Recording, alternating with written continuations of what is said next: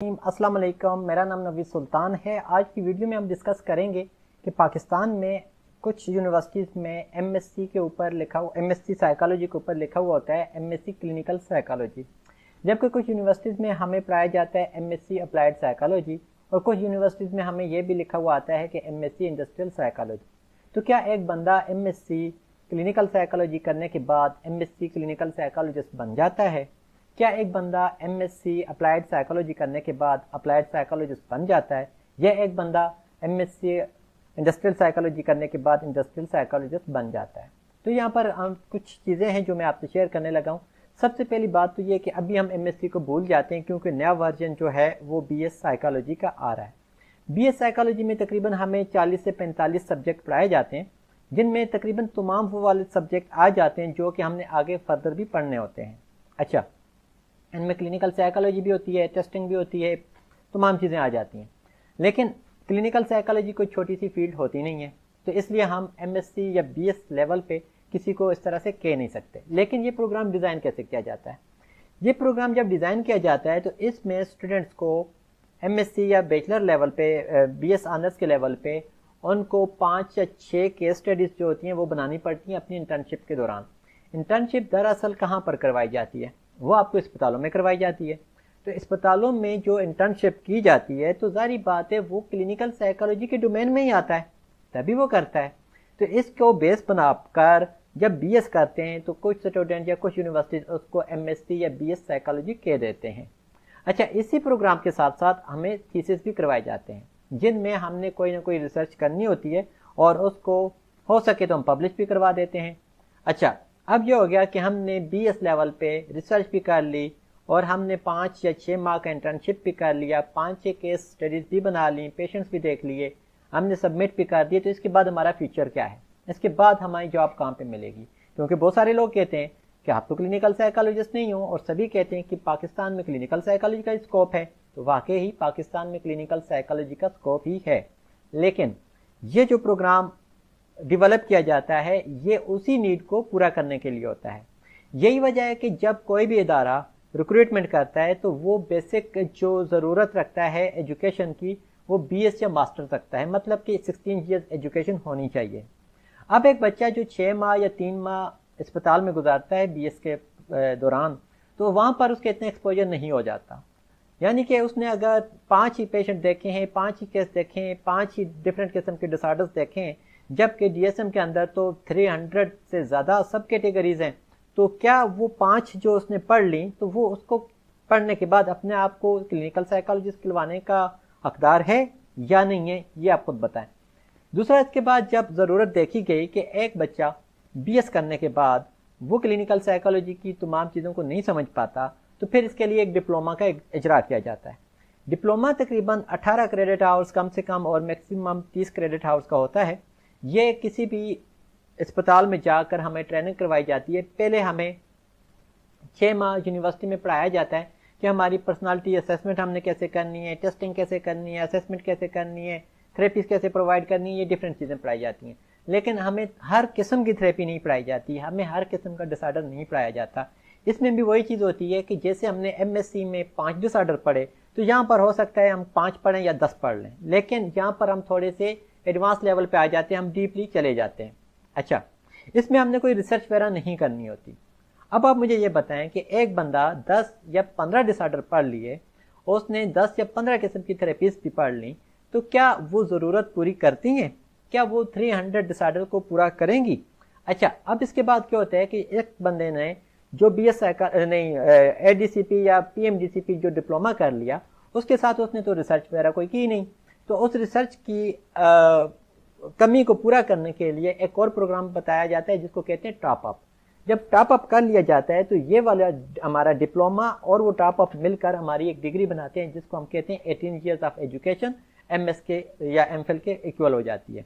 और इसमें भी कोई फ़र्क नहीं होता, वही चीज़ें जो हम एमएस में पढ़ते हैं वही हम एडीसीपी और इसके साथ जो टॉप अप करते हैं दोनों को मिलाकर पढ़ते हैं, बात एक ही होती है। अच्छा, एमएस के दौरान भी यही होता है कि हमारी 2 साल डिग्री होती है और उसमें हमें बहुत ज़्यादा डिसऑर्डर भी पढ़ाए जाएँ।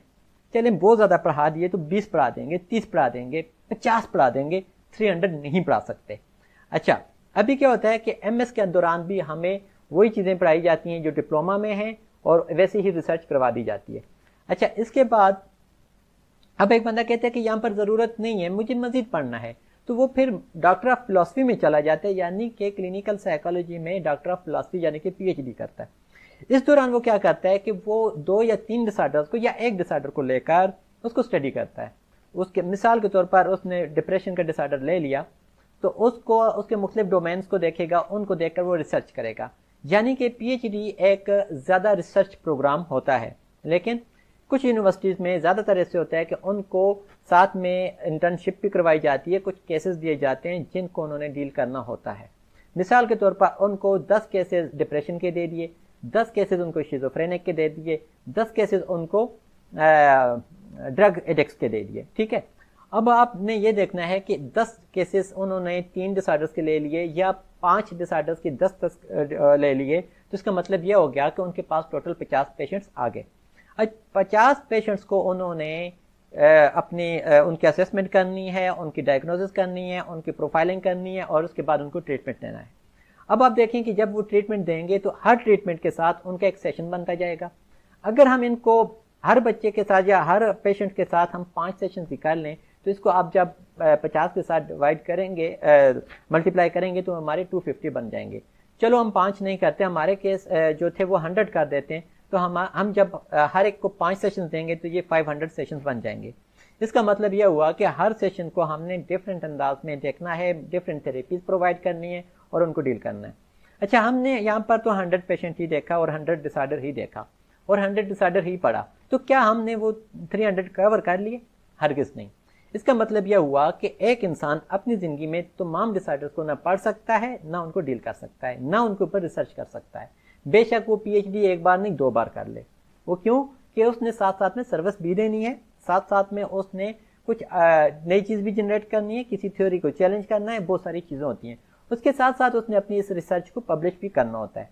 तो अब दोस्तों देखो कि एक बच्चा जो BS करता है तो उसको हम बार बार एक तरह का टांट करते हैं कि you are not a clinical psychologist, जब तक कि आप डिप्लोमा नहीं करते। अगर वो डिप्लोमा कर लेते तो फिर हम उसको कहते हैं भाई आप क्लिनिकल साइकोलॉजिस्ट नहीं हो क्योंकि आपने MS नहीं किया। जब वो MS कर लेते हैं तो फिर उसको हम अगेन कहते हैं कि भाई आप इस तरह की क्लिनिकल साइकोलॉजिस्ट नहीं हो जिस तरह का एक PhD होता है। दरअसल यहाँ पर एक प्रॉब्लम है, हमारे क्लिनिकल साइकोलॉजिस्ट या हम ये समझते हैं कि जो बंदा क्लिनिकल साइकोलॉजिस्ट है वो ऑल इन ऑल तमाम डिसऑर्डर को समझता होगा, हालांकि हकीकत में ऐसा नहीं। हर बंदा अपने अपने डोमेन में कहीं ना कहीं दिलचस्पी होती है और उसी में वो रिसर्च करता है और उसी को वो डील करने की कोशिश करता है। सबसे बड़ी बात यह है कि पाकिस्तान में अभी तक कोई ऐसी रेगुलेटरी अथॉरिटी है नहीं कि जो कि काउंसलिंग के शोबे को या क्लिनिकल साइकोलॉजी के शोबे को ऑर्गेनाइज करे और उसको पहचान दे। यहाँ पर होता यह है कि हमारे पास जॉब्स की कमी होती है और हम जॉब हंटिंग के लिए हर किस्म के डिसऑर्डर के ऊपर कोशिश करते हैं कि हम उसको ट्राई करें, उसको डील करने की।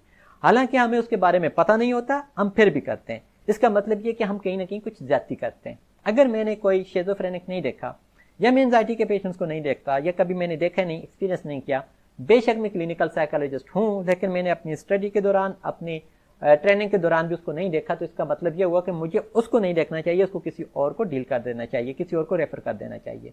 इसलिए दोस्तों हम जब भी साइकोलॉजी की बात करें तो उसमें यह देख लें कि हमने पढ़ा क्या है। अगर आपने BS या MSc के दौरान उसमें अस्पताल में जाकर इंटर्नशिप वगैरह की है तो इसका मतलब ये है कि आपने क्लिनिकल साइकोलॉजी ही पढ़ी है। अब इसको कहे कोई ना कहे, या आप बताओ। दूसरा, जब आप डिप्लोमा कर लेते हो वो आप मजीद एडवांस स्किल्स वो कर लेते हैं, तो इसका मतलब ये हुआ बेशक वो क्लिनिकल साइकोलॉजिस्ट हैं लेकिन उनके पास स्किल्स वही होंगे जो उन्होंने देखे हैं, जो उन्होंने पढ़े हैं। अच्छा, इसके बाद ये होता है कि कोई बंदा ये बोले कि वो कोई अपने आप को बिहेवियरल थेरेपिस्ट कैसे कह सकता है क्योंकि उसने वो पढ़ा नहीं। हर डिग्री में तमाम चीज़ें कवर नहीं हो सकती, ये बहुत बड़ी फील्ड होती है, इसलिए इसकी डिफरेंट कैटेगरीज होती हैं, डिफरेंट ब्रांचेस होती हैं, उनको हम पढ़ते हैं। अगर कोई यूनिवर्सिटी डिफरेंट ब्रांचेस को ऑफर नहीं भी कर रही तो वो वाले लोग जो हमें वर्कशॉप्स या डिफरेंट किस्म की ट्रेनिंग्स करवा रहे होते हैं, सर्टिफिकेट्स करवा रहे होते हैं, हम उनके थ्रू लर्न कर लेते हैं और फिर अपनी एक्सपीरियंस की बेस पे, मिसाल के तौर पर एक आदमी ने बहुत ज़्यादा काम किया है किसी साइकियाट्रिस्ट के साथ, उसके पास डिप्लोमा भी है और साइकियाट्रिस्ट के साथ उसने एपिलेप्टिक पेशेंट्स जो हैं वो बहुत ज़्यादा देखे, वहाँ पर उनके पास उनकी बहुत ज़्यादा OPD थी। तो इसका मतलब ये हुआ कि उसको उसमें ज़्यादा इंटरेस्ट पड़ गया, उसकी ट्रेनिंग वहाँ पर हो गई। 10 साल पहले उसने डिप्लोमा में पढ़ा था सेरेब्रल पॉलिसी के बच्चों को कैसे डील किया जाता है। लेकिन आज उसने 10 सालों के बाद वो दोबारा उसने सिर्फ अपने एपिलेप्टिक बच्चों को देखा है, तो इसका मतलब ये हुआ कि इसकी मजीद ट्रेनिंग जो है एपिलेप्टिक बच्चों के ऊपर है। वो अगर अपने आप को एपिलेप्टिक का प्रोफेशनल कहता है, एक्सपर्ट कहते हैं, तो इसमें कोई हर्ज नहीं है क्योंकि उसने वो किया है। अगर उसको उसका साइकेट्रिस्ट या वहाँ पर उसका सुपरवाइजर उसको वो सर्टिफिकेट दे देता है कि हाँ जी इसने इतना अर्सा ये ट्रेनिंग की, इसका ये मेरे पास सबूत है, इसकी ये अटेंडेंस है, ये इसकी रिपोर्ट्स हैं, ये सारी चीज़ें, ये पेशेंट्स का बैकअप है, तो इसका मतलब है ये इसने वहाँ पर काम किया। नई जॉब जब वो हंट करेगा तो वहाँ पर भी उसको यही चीज़ मिलेगी कि उसने एक्सपीरियंस बेस पे काफ़ी सारा इंटरव्यू वो अच्छे से कर पाएगा, रिटन मटेरियल वो कर पाएगा और वो अच्छे से परफॉर्म करेगा और उसको नई जॉब भी मिल सकती है। इसलिए हम किसी बंदे को किसी भी हवाले से डिग्रेड नहीं कर सकते। अगर गवर्नमेंट आपको बतौर क्लिनिकल साइकोलॉजिस्ट MSc लेवल पे रख रही है तो ये गवर्नमेंट का कसूर है, किसी बच्चे का कसूर नहीं है या किसी स्टूडेंट का कसूर नहीं है। इसलिए अच्छा यहाँ पर एक और चीज़ है, एक बंदा जो क्लिनिकल साइकोलॉजी में MS कर चुका है और एक ने BS किया है, दोनों के ज़मीन आसमान का फ़र्क होगा डिग्री में, लेकिन लर्निंग तो उनकी अपनी अपनी है। हो सकता है एक बंदा लर्निंग कर रहा है और उसको ज़्यादा समझ आ रही है और एक कर रहा है उसको कम समझ आ रही है। तो अगर एक बंदा BS लेवल पर MS और PhD लेवल के स्टूडेंट्स को जो एक साथ में आकर टेस्ट दे रहे हैं उनको कम्पीट कर जाता है, उनको मतलब कि वो लीड कर लेता है, तो इसका मतलब ये हुआ कि वो लायक है, उसने जो पढ़ा उसने वो अच्छा पढ़ा और उसको याद रहा और उसने अच्छा परफॉर्म किया, इसलिए उसको जॉब करने दो। अगर मेरी वीडियो आपको पसंद आई हो तो मेरे चैनल को सब्सक्राइब कीजिएगा। अल्लाह हाफिज़।